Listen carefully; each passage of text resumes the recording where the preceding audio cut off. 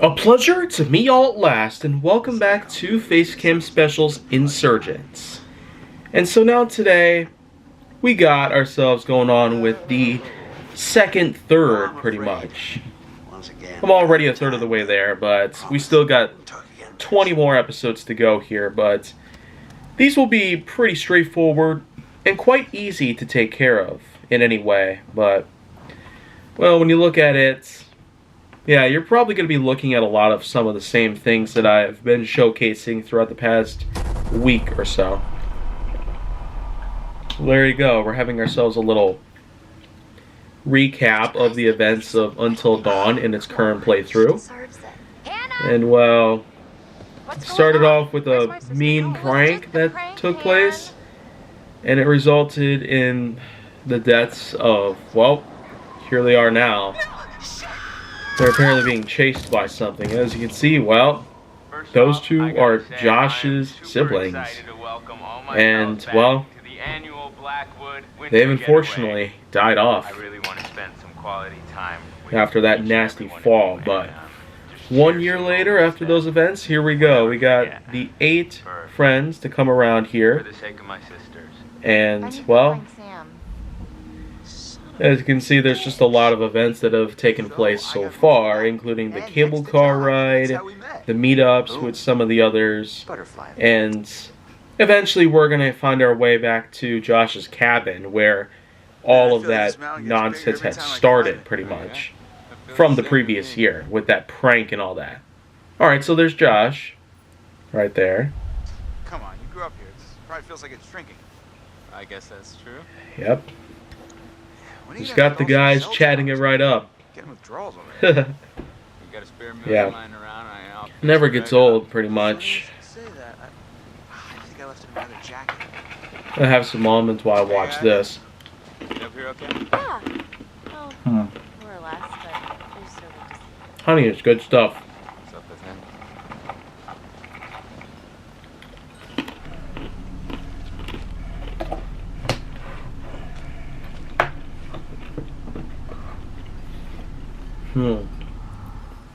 Yo. We get things moving up here or what? Yeah. Yeah, man. Sure is quite a lot of fun to be able to get to know So Matt and Emily are a thing now, right? these kinds of games I mean, what's Mike thinking? from a personal perspective, really. Mike's already got his hands full, you know what I mean? Damn it. This freaking thing. It's iced. What else? Maybe there's another way in. There are a million ways in, they're just all locked. There's gotta be like a window around the corner we can get open or something. Wait a second, are you saying we should break in? I don't think it's technically breaking in if you own the place. Yeah, they're going to struggle to try and find a way inside the house. Really? Lead the way, coachies.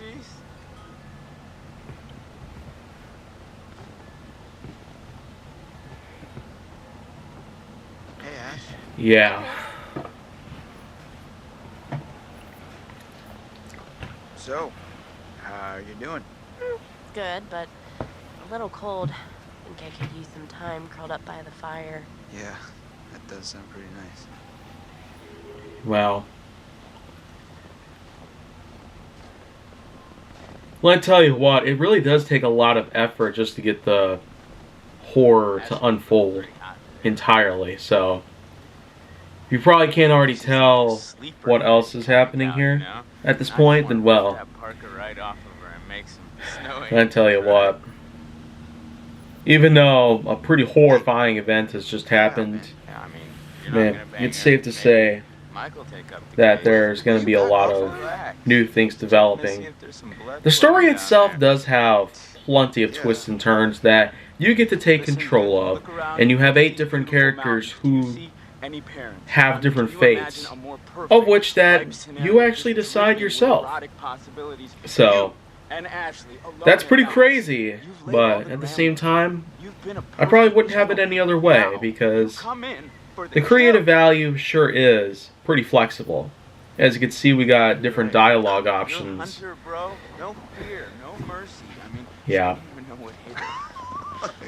Alright, I got it.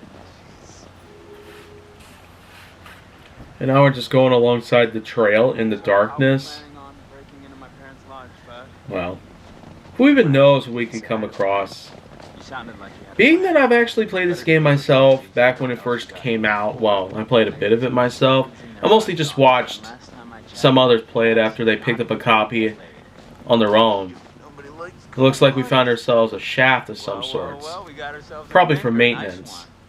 We're going to try and find our way inside, and hopefully it should help us get into the cabin pretty much.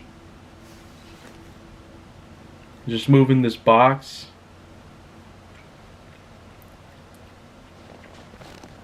Let's get up there.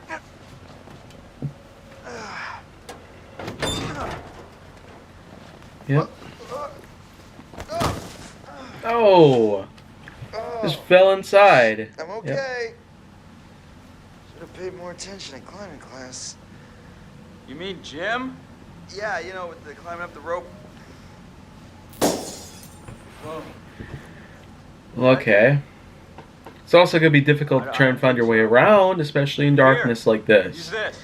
But I mean, that's kind of the point about it. A lot of people can be lygophobic or afraid of the dark. Whoa, Chris, Yet, I just if got you an can awesome pretty much look at idea. it from my perspective, I've been in dark places way too often. And by this point in time, I feel like I might have actually completely exerted my own I don't follow. How's ability to have night vision. So, I mean, it's a bit of a complex feature. To have night vision is certainly pretty difficult for all humans to have. Very difficult. Especially if you want to get it right, to a point where it can act like night lights or headlights on a car. But in this exact situation, it does look like, well, a lighter seems to do the trick here to help find your way around in this sort of darkness. And I mean, Chris is just walking around trying to go and find a way towards the rest of the cabin. The storage room itself sure is, without any doubt,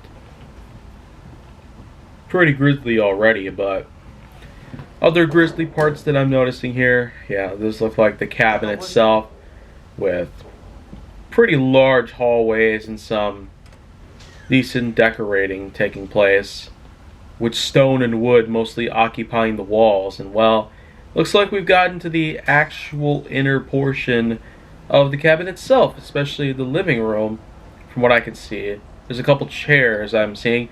There's the main staircase which leads to the upper level, and then of course, well, plenty of other things around here, which that alone is certainly quite a nifty place to be in, perhaps.